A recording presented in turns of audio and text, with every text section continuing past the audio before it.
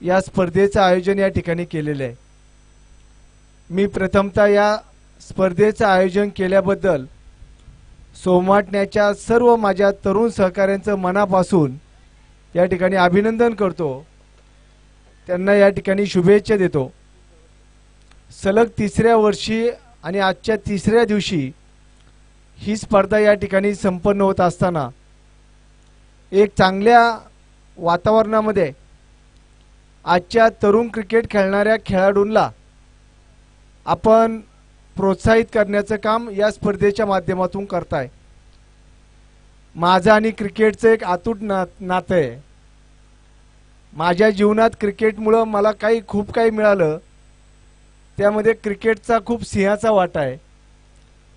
मी जवळजवळ 12 वर्ष क्रिकेटच्या माध्यमातून वेगवेगळ्या तालुका आणि जिल्ह्याच्या पातळीवर असणाऱ्या स्पर्धेमध्ये आम्ही सहभागी झालो आणि मग आपल्या संघासाठी खेळत असताना आपले सगळे सहकारी बरोबर घेऊन त्या ठिकाणी मॅच जिंकण्याची रणनीती आखायची आणि आपला खेळ यशस्वी करून समाजाला खेळाडूंना दाखवायचा। एकच गोष्ट आहे, आजच्या काळात क्रिकेट खेळत असताना खेळणाऱ्या सर्व खेळाडूंना मी आवाहन करतो की याच्याबरोबर आपण व्यावसायिक दृष्टिकोन ठेवून देखील खेळलं पाहिजे।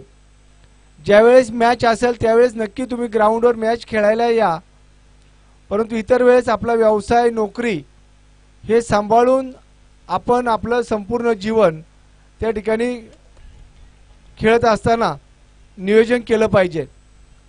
कारण क्रिकेट खेळता खेळता कधी आपलं वय हे 20 वरून 30 होतं हे लक्षात येत नाही आणि मग पुढची आपल्याला कौटुंबिक आव्हानं ती समोर असतात, परंतु या खेळाच्या माध्यमातून जो आपल्याला उत्साह मिळतो, आनंद मिळतो, तो आपल्या आयुष्यात सदैव राहतो। म्हणजे मला आज क्रिकेट खेळत असताना त्यावेळच्या खेळातले सगळे माझे जीवनातले अनुभव माझ्या डोळ्यासमोर उभे राहतात। कारण आम्ही खराबवाडीला आमची मॅच चालू होती, राजाभाऊ नवनाथ भाऊ, आणि आमची फिल्डिंग चालू होती। आमच्या बरोबर आमच्या समोर आपल्या दिवगावच्या प्रकाश हागवणे यांच्या नवयुग क्रिकेट क्लबचा संघ होता, त्यांची बॅटिंग होती आणि आम्ही बॉलिंग करत असताना त्यांच्या खेळाडूने बॅटिंग करताना शॉट मारला। तो हवेत असताना आमच्यातल्या एका खेळाडूने तो कॅच झेलण्याचा प्रयत्न केला, पण त्याच्या हातातून तो कॅच सुटला। शेजारी असलेल्या दुसऱ्याने ती डाय मारली आणि तो कॅच पकडला आणि त्यावेळेस आम्ही तो खेळाडू बाद केला। असे अनेक अनुभव सांगता येतील, परंतु आज या ठिकाणी स्पर्धा होत असताना आमच्या सर्व ग्रामस्थांनी मला देखील एक विनंती सूचना केलेली आहे।